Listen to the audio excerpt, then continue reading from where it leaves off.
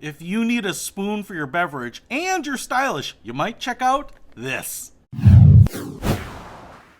What's happening, Panda Nation? Peter Von Panda here. I drink tea, coffee, drinks like this out of this wonderful ceramic mug here. Gets me going in the morning.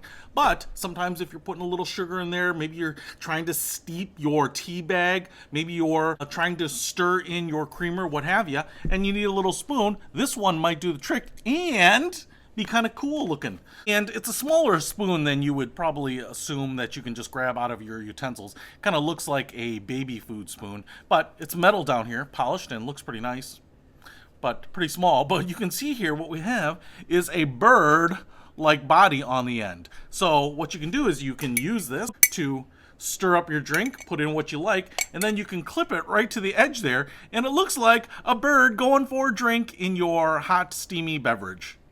And looks like it won't come out, so I can take a drink without it flopping around. So pretty cool. You know what?